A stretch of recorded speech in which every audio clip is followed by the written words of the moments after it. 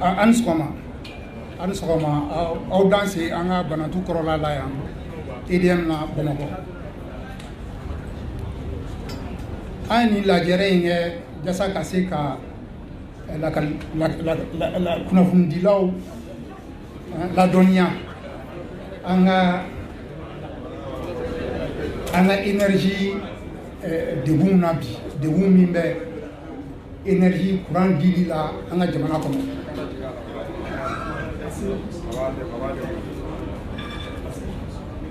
Nka yanni n ka se kuma ma n bɛ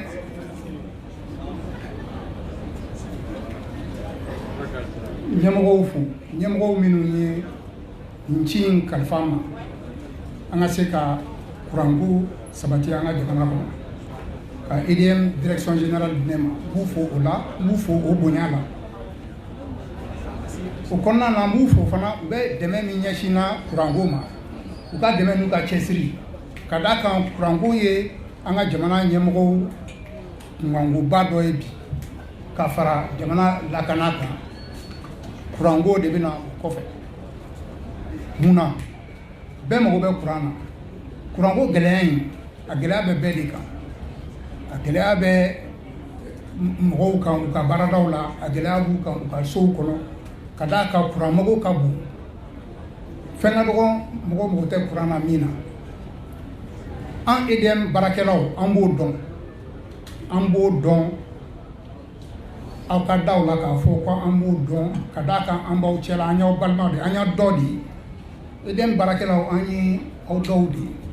Gɛlɛya min b'aw kan a b'an yɛrɛ kan, a b'an ka duw kan, a b'an balimaw kan, a b'an teriw kan, a b'an limanaw kan.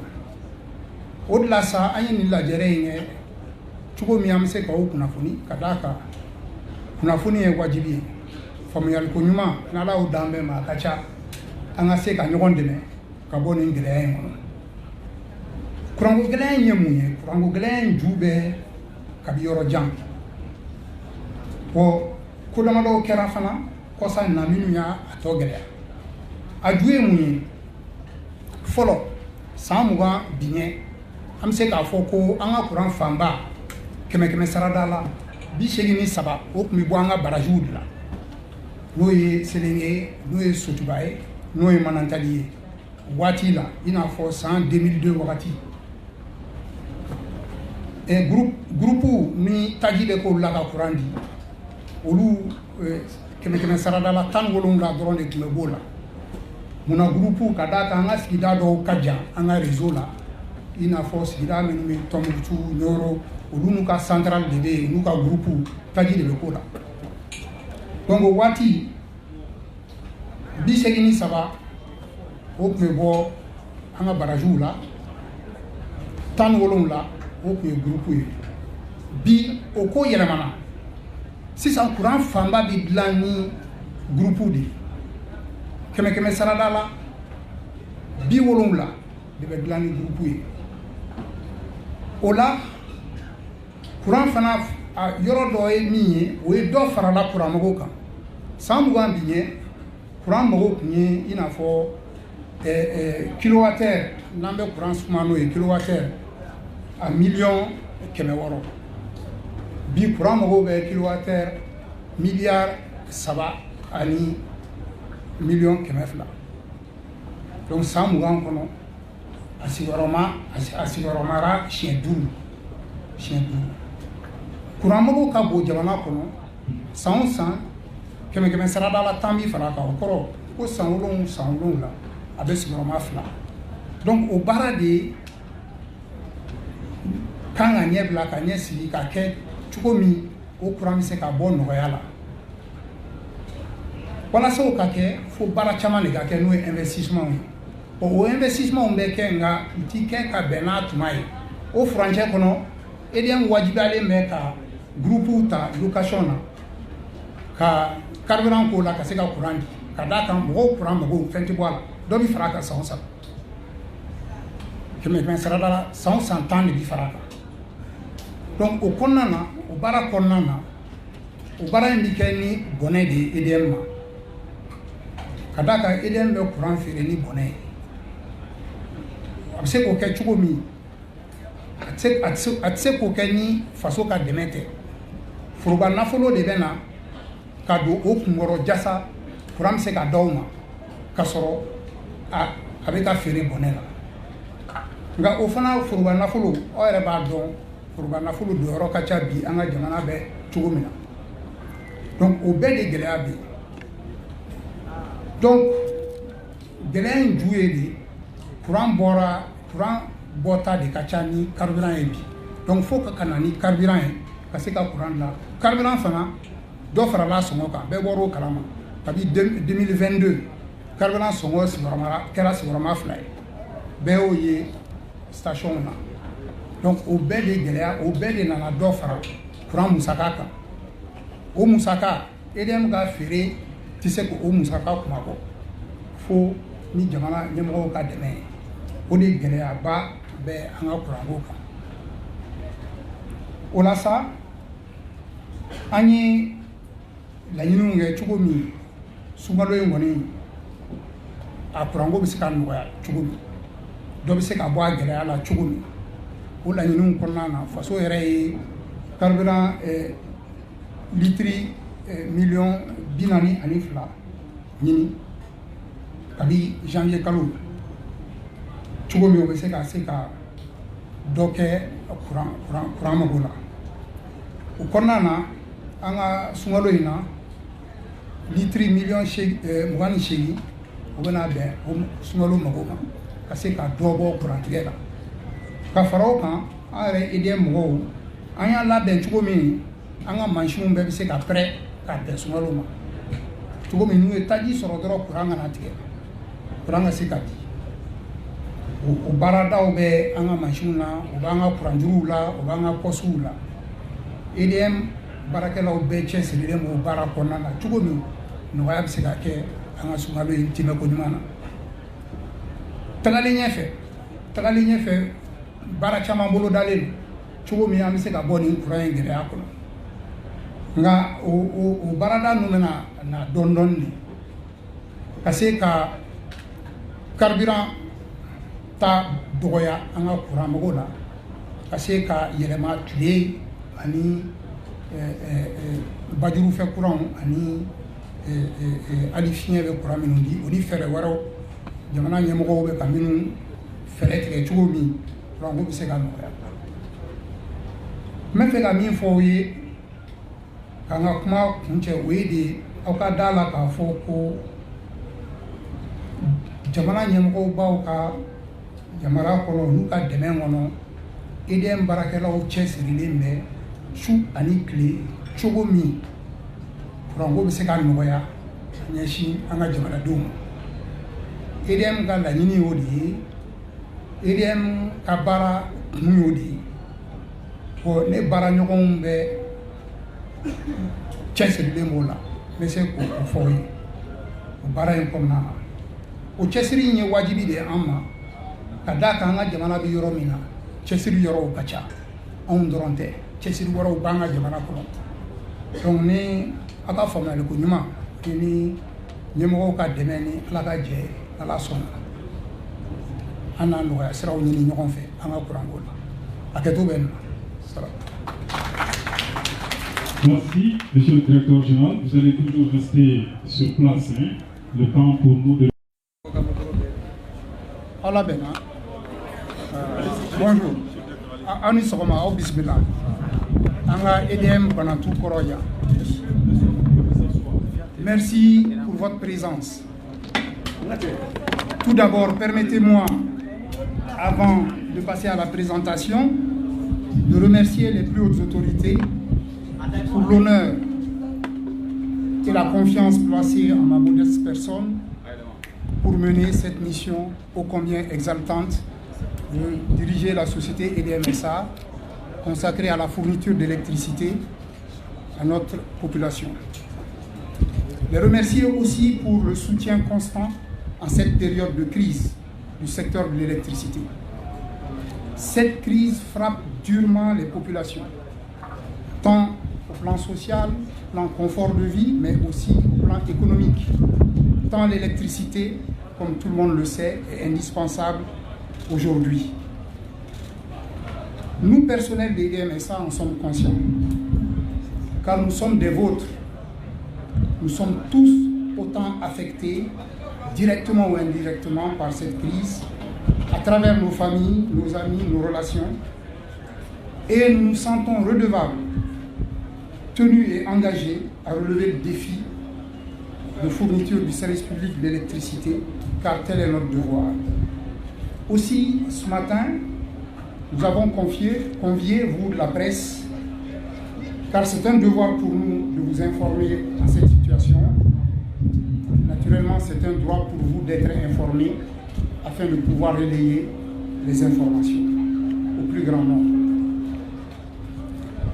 La présentation que je vais vous faire ici nous permettra de vous présenter la crise depuis ses sources profondes, ses causes profondes, ainsi que les contextes aggravants, et vous décrire les mesures prises avec le soutien des plus hautes autorités, l'appui du ministère de l'économie et des finances, mais aussi les orientations de notre département, le ministère de l'énergie et de l'eau, pour pouvoir atténuer les conséquences de cette crise.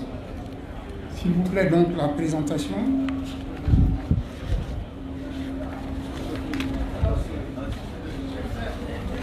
Asseyez-vous, s'il vous plaît. Si vous allez voir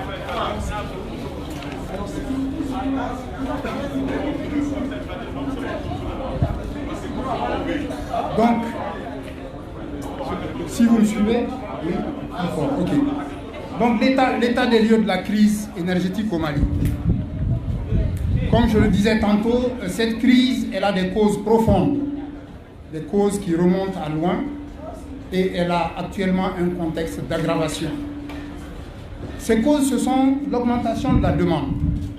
Alors, l'augmentation de la demande en soi n'est pas une crise, mais c'est une demande due à l'augmentation de l'urbanisation de notre pays, l'augmentation des besoins en électricité. Et je puis vous dire que depuis 2 décennies que je suis à EDM, nous connaissons une croissance constante de 10% par an. Cela signifie concrètement que tous les 7 ans, l'activité de EDM double. On double d'activité. Ainsi, pour vous donner une idée, en 2002, nos besoins en énergie électrique étaient de l'ordre de 600 millions de kilowattheures. Aujourd'hui, nous parlons de 3 milliards 200 millions de kilowattheures. C'est vous dire qu'en 20 ans, on a été multiplié par 5. Cela a un impact très important sur les investissements qui doivent suivre pour pouvoir faire face à cette demande croissante de notre population, de notre économie, de notre pays. Ces investissements, malheureusement, connaissent des retards et souvent n'arrivent pas à point nommé. Donc cela crée, si vous voulez, une crise de croissance pour le secteur. Et naturellement, l'électricien que nous sommes à EDM, nous recherchons des moyens rapides, diligents, urgents pour pouvoir faire face à cette demande. Ces moyens, à travers notamment la production d'énergie thermique, location de centrales, que vous pouvez voir ça et là, ces moyens sont très onéreux. Ces moyens ne sont pas optimaux et cela impacte directement les coûts du service. La croissance de la part du thermique dans le mix. Il y a 20 ans, l'hydroélectricité que vous connaissez, les barrages de Manantali, de Séléné, de Sotuba, représentait 83% de notre production. Le thermique ne représentait que 17%. Aujourd'hui, le thermique représente 70% de nos besoins. Par thermique s'entend la production d'électricité à partir de combustibles. Et comme vous le savez tous, les cours mondiaux des combustibles ne dépendent pas de nous. Le prix du combustible dépend des cours mondiaux et nous impacte directement. Alors avec un mix dominé à 70% par le thermique, nous sommes directement impactés par la flambée des cours du pétrole. La baisse, les causes immédiates, il y a la baisse de la production hydroélectrique liée à la faiblesse de la pluviométrie. De manière tendancielle, les productifs de nos barrages baissent, puisque nous rentrons dans les phases déclinantes de pluviométrie actuellement, malheureusement dans notre sous-région. Cause immédiate, l'augmentation du prix du combustible. Ça, tout le monde l'a vu. Avec la crise de 2002, les prix du combustible ont pratiquement doublé. eh bien, EDM est directement impacté par ce doublement des coûts du combustible. Tout cela entraîne une rupture de l'équilibre tarifaire de EDM. Autrement dit, EDM vend à perte. Et sans le soutien constant, permanent de l'État, à travers ses subventions et à travers ses différentes aides multiformes, n'est-ce pas, on aurait du mal à assurer le service. Ce soutien ne nous fait pas défaut. C'est l'occasion de remercier les plus hautes autorités et surtout, cela atteste ô combien ce secteur de l'électricité est une préoccupation pour elle. Malgré ces soutiens, EDM a accumulé un fort endettement, comme je le disais tantôt, du fait que les retards d'investissement, l'exploitation non optimale, les solutions non optimales, l'augmentation des cours du combustible ont entraîné une augmentation générale des coûts et impacté directement les comptes de la société et se sont traduits par un fort endettement tant au niveau des banques qu'au niveau des fournisseurs qui accompagnent EDM, car nous avons un grand endettement auprès de nos fournisseurs. C'est le lieu aussi de les remercier pour leur accompagnement constant. Enfin, vous le savez tous, le contexte national est marqué par l'insécurité dans plusieurs zones où EDM est, car sachez que EDM est à Menaka, à Ansongo, jusqu'à Diboli, de Kidal jusqu'à Kadiolo. Et naturellement, c'est avec, là encore, le soutien notamment des autorités et tout particulièrement des pharma que nous arrivons à envoyer nos équipes, envoyer nos pièces de rechange, envoyer nos équipements pour pouvoir assurer le service, aussi faible soit-il, dans nos régions éloignées. Cette crise, je voudrais illustrer tout particulièrement sur la période chaude à travers ce tableau, l'importance de ce qu'on appelle le mix énergétique, qui peut s'appeler aussi le bouquet énergétique, c'est-à-dire comment nous procédons à mettre à disposition de l'électricité, par quels moyens nous le faisons. Alors, on a ce qu'on appelle l'hydroélectricité, c'est-à-dire l'énergie électrique produite par les barrages. Il y a des barrages qui sont exploités par EDM, notamment celui de Sélénié, qui, sur la période de février à juin, contribuera à hauteur de 5% à notre mix. Il y a les barrages de l'OMVS. L'OMVS, vous la connaissez, l'Organisation pour la mise en valeur du fleuve Sénégal, qui, elle, sur cette période, contribuera à notre mix à hauteur de 19%. Puis le thermique, qui constitue l'essentiel de notre production aujourd'hui, et je le rappelle, donc, qui est tributaire de l'approvisionnement en combustible, lui contribuera à hauteur de 70%. Enfin, l'énergie solaire que l'on a commencé à exploiter à grande échelle, notamment avec la centrale de Kita, elle contribuera à hauteur de 2,57%. Et enfin, les importations à travers les lignes d'interconnexion, qui ont beaucoup réduit à 2,26%. Donc, au total, sur cette période de février à juin, pour satisfaire la demande telle que nous l'avons planifiée, nous aurons besoin de 1,413 milliard de kilowattheures. La demande, elle, nous pourrons produire 1,413 milliard de kilowattheures. La demande estimée serait de 1,441 kilowattheures, soit un déficit de l'ordre de 27 millions de kilowattheures. Alors, naturellement, la demande elle est prévisionnelle. Sachez que la demande dans notre pays et en cette période chaude est tributaire des températures. Plus il fait chaud, plus la demande monte, et moins il fait chaud, moins il y a de demande. Donc il y a une certaine variabilité de cette demande, c'est un aspect à souligner ici. Et cela ne sera possible qu'à la condition que nous puissions assurer cette production thermique prédominante à 70% et qui va nécessiter un très fort approvisionnement en hydrocarbures. Slide suivante. Ce camembert permet de mieux figurer les choses, où on voit la large domination de la production thermique. Et c'est celle-là, c'est cette domination qui est la cause fondamentale de la crise dans laquelle nous nous trouvons aujourd'hui, car le défi du thermique, c'est le défi de l'approvisionnement en combustible, combustible dont les cours ont doublé pratiquement. Autrement dit, la gestion de l'hydrocarbure, c'est aussi un problème financier, parce que les hydrocarbures, il faut les acheter. Cela me permet de faire une transition sur la partie gestion des hydrocarbures, qui, comme vous le voyez, sera déterminante pour pouvoir gérer cette période de forte chaleur, n'est-ce pas, où on a une augmentation de la demande et une augmentation du besoin en combustible, comme je vous l'ai dit. Pour fixer les idées, sachez que nos besoins en combustible sont cette année très particulièrement importants. Juste pour donner des ordres de grandeur, il faut savoir que pour toute l'année 2024, en couvrant la demande à 100%, il nous faudrait pratiquement 500 millions de litres de combustible. 500 millions de litres sur l'année. Je parle de l'année 2024. D'après nos budgets, 500 millions de litres de combustible, c'est 11 000 citernes, pour vous permettre de fixer les idées. Citernes de 45 000 litres. C'est aussi 309 milliards de francs CFA pour acheter tout ce combustible. Et là, je ne vous parle que du combustible. Je ne vous parle pas des autres intrants qui interviennent dans la production d'électricité. Il y a les lubrifiants, il y a les pièces de rechange, il y a la maintenance, il y a les travaux de maintenance, il y a l'entretien du réseau, il y a le personnel naturellement. C'est vous dire l'importance l'importance du poids du combustible dans notre crise. Les ventes prévues cette année, le chiffre d'affaires d'EDM prévu cette année sera de l'ordre de 275 milliards. Donc ça vous permet de comparer déjà la charge du combustible ramenée à nos ventes. La charge du combustible est largement supérieure à notre chiffre d'affaires.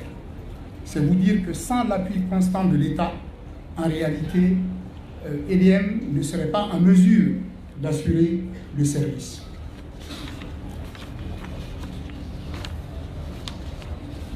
Donc, la gestion du combustible procédera aussi au problème d'approvisionnement. Les corridors que nous utilisons pour nous approvisionner sont longs, sont étendus.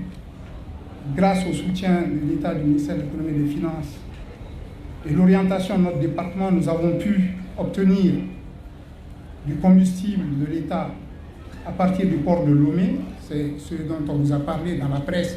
On a parlé du combustible russe, d'une part, mais aussi du combustible en provenance du Niger, pays de l'AES, qui est émergent dans le domaine de la production d'hydrocarbures. Toutefois, le corridor nigérien est relativement long. Les distances d'approvisionnement sont de l'ordre de 2500 km. Et puis elles sont truffées, malheureusement, comme vous connaissez tous le contexte sahélien, le problème d'insécurité.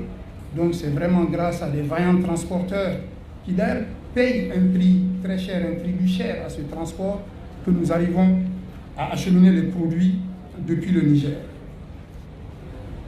C'est donc là encore le lieu de remercier les transporteurs et tout particulièrement leur personnel pour ces efforts importants, mais aussi ces approvisionnements sont accompagnés par les escortes militaires, tant dans les pays de l'AES que chez nous ici par les FAMA.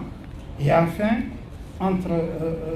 jusqu'à la destination finale, nous bénéficions aussi de l'accompagnement de la garde nationale pour acheminer les produits jusque dans nos centrales. Ce sont là des dispositions qui sont prises pour encadrer cet approvisionnement et le rendre possible et efficace. En rouge, je vous ai marqué les besoins pour vous fixer encore les idées. Pour assurer la couverture optimale de ce qu'on appelle notre période de pointe, période de chaleur, il nous faudrait 21 citernes de fuel et 21 citernes de fuel, c'est cela, et 18 citernes de gasoil tous les jours. Tous les jours.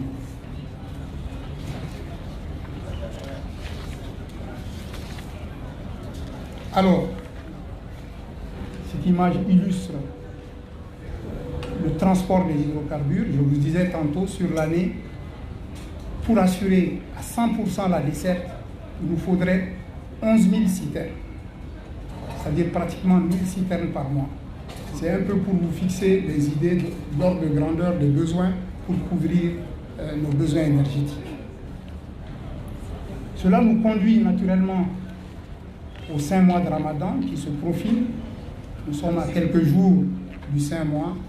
Et naturellement, il s'agit là d'une grande préoccupation pour nous, pour les autorités, les plus hautes autorités, afin que ce mois puisse se passer dans les meilleures conditions possibles dans ce contexte de crise énergétique.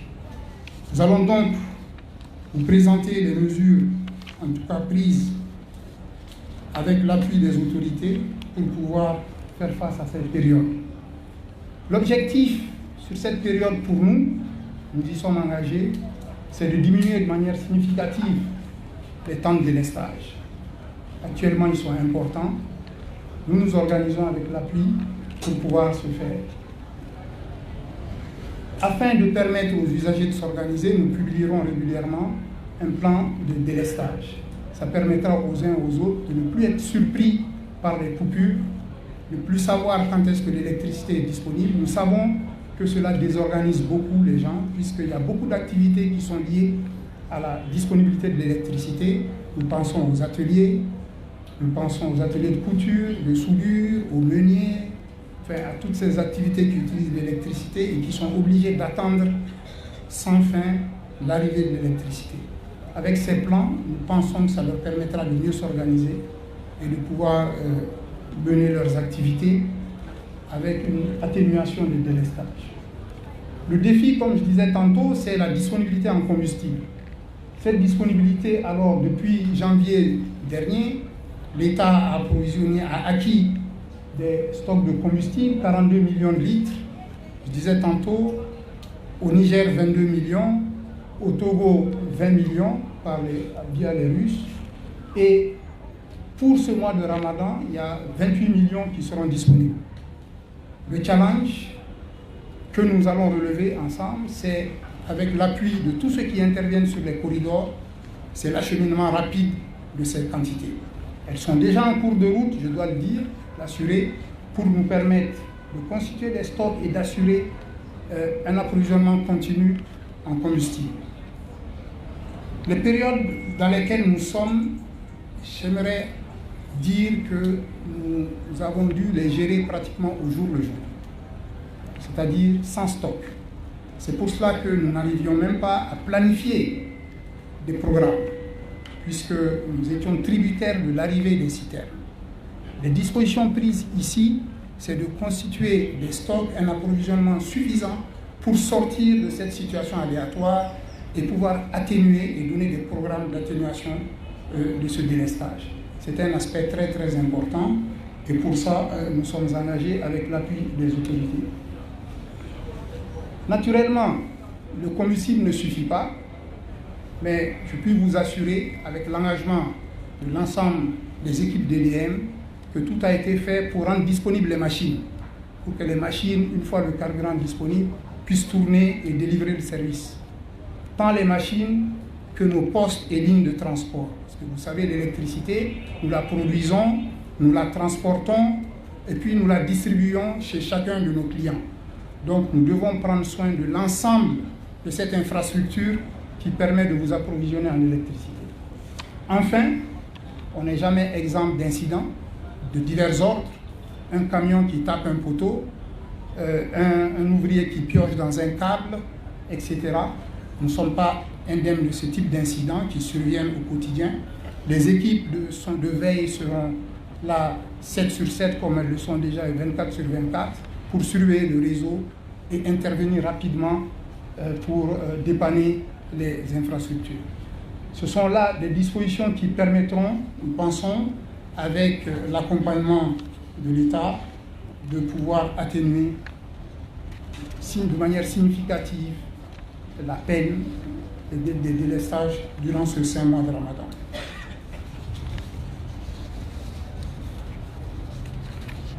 Nous souhaitons et nous sommes engagés à ce que ce mois se passe le mieux possible pour tout le monde et pour la Oumma islamique de notre pays.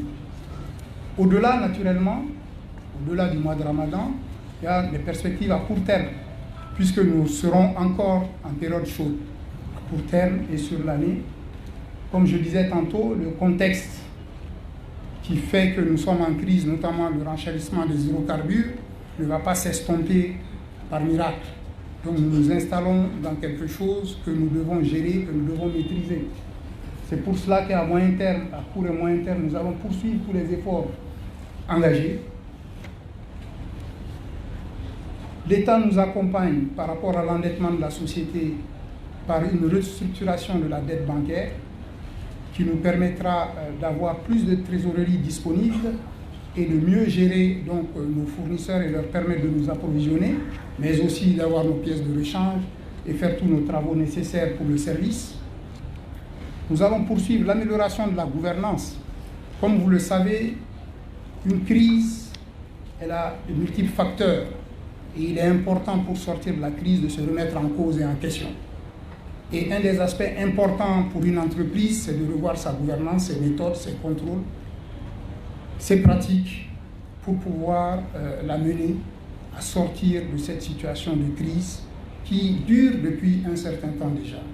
Et je sais qu'à EDM, nous sommes tous engagés dans cette direction. La diminution des charges, c'est une démarche permanente et sur laquelle nous allons, avec le peu de ressources que nous avons, les utiliser de la façon la plus parcimonieuse possible pour pouvoir toujours l'orienter vers une amélioration du service et plus de disponibilité d'électricité pour nos clients. Enfin, la digitalisation des services que vous avez dû voir déjà, qui nous permet de simplifier la relation entre notre clientèle et nous, mais aussi de faciliter pour nous nos flux d'encaissement, nos flux financiers qui sont essentiels pour pouvoir gérer la crise et gérer la sortie de crise. Enfin, sur le moyen terme, slide suivant,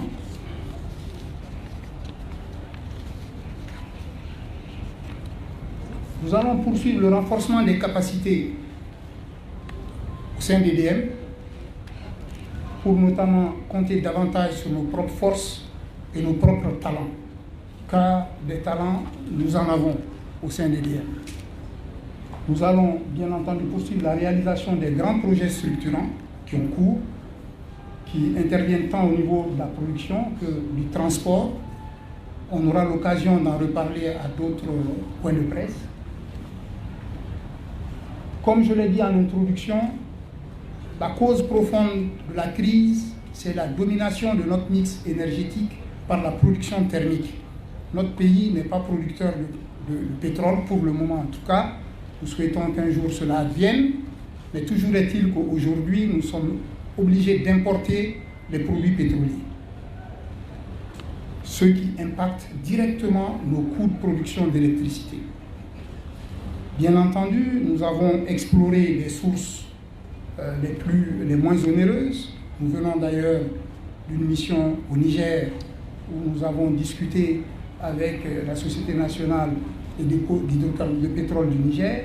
Nous avons obtenu des accords qui nous permettront d'avoir accès aux produits pétroliers à un moindre coût. Mais le coût, aussi moindre soit-il, il y a quand même un coût qui fait que la production thermique est plus chère aujourd'hui que les autres sources de production. Donc il est fondamental pour nous, à moyen terme, d'agir sur le mix, comme cela avait été envisagé dans le plan de développement que nous avons eu à bâtir avec les autorités, notamment le ministère de l'économie et des finances, le ministère de l'énergie, plan de développement qu'on avait appelé 22-26 et qui va devoir glisser. Ce plan de développement prévoit justement l'inversion du mix, autrement dit la réduction de la part du thermique pour pouvoir assurer une meilleure soutenabilité de la production d'électricité dans notre pays à partir des sources renouvelables, solaires, hydroélectricité et même éoliennes, et enfin certainement d'autres sources qui aujourd'hui sont envisagées par les autorités. Enfin, un point important, c'est la révision de la politique tarifaire. Dans mon propos, vous avez vu que l'approvisionnement est crucial, les coûts sont cruciaux. Le service public, il a un coût, quel qu'il soit. Il a un coût et ce coût, quelque part, doit être supporté. Ce coût doit être réparti sur les différents acteurs, clients de ce service public, pour que ceux qui peuvent en supporter le plus le supportent, afin que ceux les plus modestes d'entre nous puissent avoir des tarifs tout à fait adaptés. Mais toujours est-il que cette politique tarifaire doit être absolument révisée pour assurer la durabilité du service.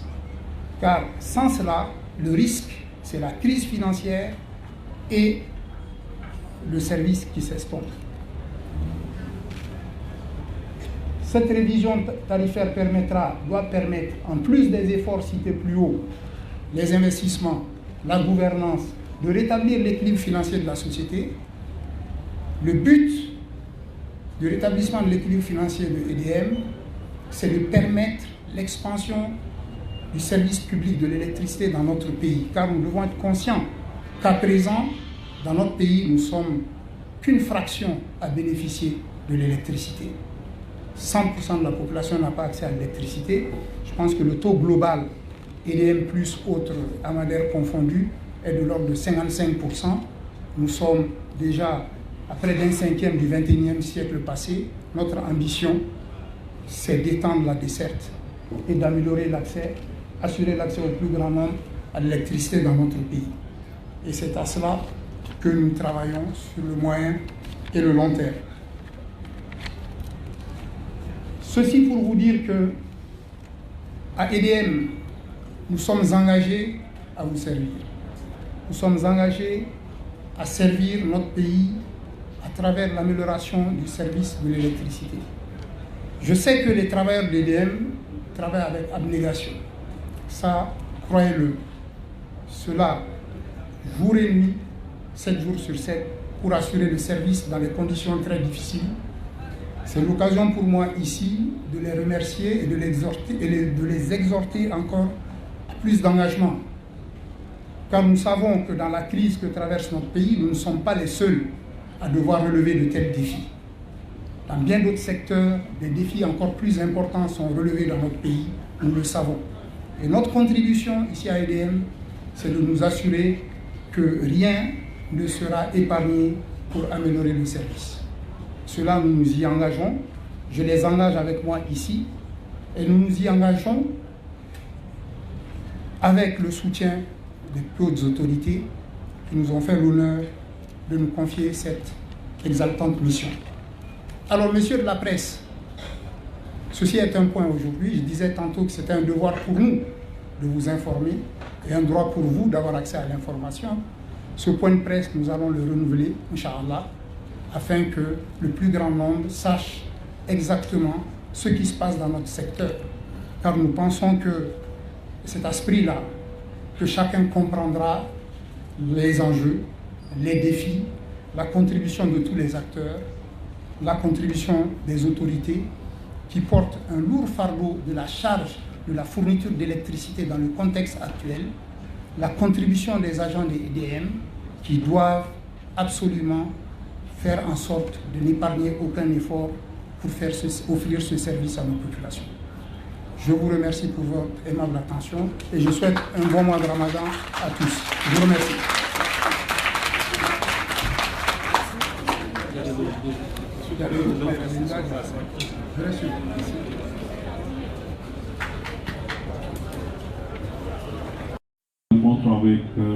Va répondre globalement. Reuters, c'est ça? Autre source. Bonjour à tous, Idrissa Sanare, Reuters. Alors, vous avez marché sur ma langue en parlant du coût, de revient, comment on appelle ça, le prix du kilowatt au niveau des consommateurs. J'avais une question par rapport à ça, mais ça a évolué. Mais ma question c'est, est-ce qu'aujourd'hui, nous pouvons, les investisseurs peuvent avoir confiance à cette société-là, au jour d'aujourd'hui? Est-ce que les créanciers peuvent avoir confiance à cette société-là, au jour d'aujourd'hui? À titre d'exemple, nous prenons la station de Sotuba. Je dis, c'est une question. À titre d'exemple, nous prenons la station de Sotuba. Sotuba, avec la BOAD, je pense, c'était quelque chose qui est un financement autour de 22 milliards. Aujourd'hui, nous sommes à plus de la moitié de cette somme-là en termes d'augmentation de ce qui a été dépensé. Soyez bref, s'il vous plaît. Est-ce qu'avec ce modèle de gestion, on peut avoir confiance en cette société-là aujourd'hui? Merci. Une question en Bamanakan. DMS Communication. Présentez-vous. Salam alaikum. Mais bien, il faut pas c'est BMS Communication. Comme le secrétaire là, question comme un boulot qu'a fait, il y a une question. Comme Soumalo Konmina, il faut Soumalo qui est malien boulot. On est dans un pays musulman. Donc Soumalo fait un porte là. Soumaliens, ben Maliens, qui est un peu du bon. Il faut glacier. Il faut Frenchaman, l'eau en forme de boule. Maintenant, je pense qu'au Frenchaman, l'eau est sort. Donc, est-ce que il préfère M. Daniel Djabi, Soumalo Kornala, même courant sort, Ougati Djumé, Kabla, Ougati Djumé, ou bien est-ce qu'il y a satisfait Soumalo Kornala, Katemena pour Ougati Nga? Merci. Vous revenez pratiquement sur les mêmes. Je pense que dans la présentation du directeur général, cette question a déjà été répondue, mais Monsieur le directeur général, c'est pour des explications. Il ne faut pas les en vouloir, mesdames, messieurs, s'il vous plaît, nous demandons votre indulgence. Nous sommes là pour un partage d'informations, c'est pour sensibiliser davantage, pour informer davantage. Monsieur le directeur général, vous avez noté les 3 préoccupations des journalistes en français et en dominicain. Et si vous pouvez y répondre globalement pour qu'on puisse mettre fin à ce point de presse. Merci beaucoup. Merci. Merci à tous, merci pour vos questions qui témoignent de l'intérêt que vous portez à ce sujet d'importance pour nous tous. Alors la question portant sur le mix énergétique, c'est-à-dire les sources, effectivement la question est cruciale et je puis vous assurer que toutes les pistes sont explorées en ce moment par les autorités et notamment par le ministère de l'Énergie et de l'Eau pour mettre à disposition, pour mobiliser les autres ressources disponibles dans notre pays pour permettre la production d'électricité. Je vous disais tantôt dans mon propos qu'il y a un plan de développement qui prévoit la mobilisation des ressources hydroélectriques au niveau des affluents du Bani, au niveau du fleuve Djoliba. Il y a plusieurs sites qui sont en cours d'études ou même prochainement de réalisation par les autorités qui permettront d'améliorer en tout cas la part de ces énergies dans notre mix. Il en va de même aussi pour l'énergie solaire qui, elle, est potentiellement inépuisable dans notre pays, tant les quantités sont importantes, mais il s'agit naturellement de maîtriser son intermittence, à savoir que le soleil n'est disponible, comme chacun sait, que le jour, et il est important de pouvoir couvrir la demande la nuit, car jusque-là, les besoins les plus importants en énergie surviennent la nuit. Donc là-dessus, ce que je peux dire, c'est que aussi bien le département de l'énergie, la direction nationale de l'énergie et nous-mêmes EDM en tant qu'opérateurs sommes engagés sur ces pistes pour trouver de nouvelles sources et développer de nouvelles sources. Alors cela m'amène à la deuxième question. Est-ce que les investisseurs font confiance à la société et est-ce que Sotiba est un modèle de gestion? Alors, j'aimerais quand même expliquer à mon interlocuteur qu'il y a plusieurs intervenants dans le secteur de l'énergie. Les investissements sont portés par l'État à travers ces structures qui sont en charge de cela, n'est-ce pas, dont la Direction nationale de l'énergie. Et ces structures délèguent souvent certains ouvrages à EDM, comme par exemple la centrale de Sirakoro, qui vient d'être achevée. Donc vous semblez mettre en cause le modèle de gestion. En fait, dans le cas particulier de Sotiba, il s'agit d'un ouvrage qui existe depuis 1966, n'est-ce pas? Et le projet qui portait là-dessus consistait à doubler sa capacité. Donc ce projet a été entamé par les autorités, n'est-ce pas? Toutefois, il a été en but avec un certain nombre de difficultés techniques, d'ordre technique, n'est-ce pas? Vous voyez, il est au cœur de la ville, il est situé près d'un pont, etc. Donc ces travaux ont nécessité des coûts importants, notamment pour pouvoir faire les excavations dans la roche et ainsi de suite. Et pour toutes ces raisons, et compte tenu de l'effort financier nécessaire pour l'achever, pour le moment il est à l'arrêt, mais il y a des engagements au plus haut niveau pour pouvoir avancer sur ce projet. Alors c'est vrai, de loin, votre constat est comment dirais-je, est sans détour. On voit cette excavation en pleine ville et un projet qui n'avance pas. Mais je vous invite à vous rapprocher davantage de ceux qui ont la gestion de ce projet pour en savoir davantage et mieux informer les populations et ne pas jeter, comme on dit, le bébé avec l'eau du bain. Enfin, la question portant sur voilà, en moment de BMS, Gismako anga sumalo inkornana, parce que à Timeko demande en Bema. Ah, anga n'y foli kumba kunodi, parce que à Diramola, à Foko, Ferreo ni Chesiru Kellen, Chugumi, pour entrer, d'obsèque à Boala, anga Ninkalo Imona, ala Nikrasona, au Ferro de Niefora, au Ferro d'Aubi Chamama, parce que Tajiko Sabati, Sandralu Kaseka Randi. Donc au Ferro, olu bɛ latigɛlen don ni jamana ɲɛmɔgɔw yɛrɛ ka dɛmɛ cogo min o bɛ se ka nɔgɔya nka n bɛ se ka min fara o kan EDM an bɛna to ka an ka plan de délestage de o ye programme ye cogo min mɔgɔw bɛ se ka a dɔn waati min na u bɛ courant sɔrɔ waati min na u bɛ courant sɔrɔ cogo min u ka se k'u ka labɛnw bɛn o kan k'u ka jisumakow n'u ka mɔgɔw bɛn o wagatiw ma nka ni Ala ka jɛ an ka laɲini ye min ye an ka cɛsiri ye min ye cogo min nɔgɔya bɛ se ka kɛ kurantigɛ ko la. Merci. Merci, Monsieur le Directeur Général. Vous étiez là donc pour nous présenter l'état des lieux, la situation globale de EDM SA, les dispositions pratiques prises pour faire face au mois de Ramadan, pour faire face à la forte chaleur. Eh bien, j'espère que, chers journalistes, chers invités, vous avez eu d'amples explications. C'était là donc les explications du directeur général. Je ne sais pas si vous avez un dernier message particulier à lancer avant qu'on mette fin à ce point. Allez-y.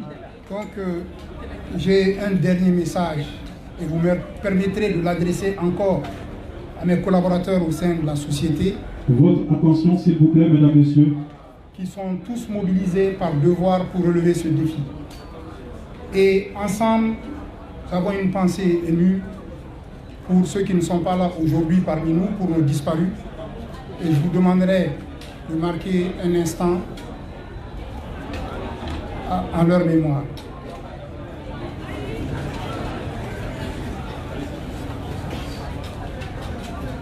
Une minute de silence, s'il vous plaît. S'il vous plaît.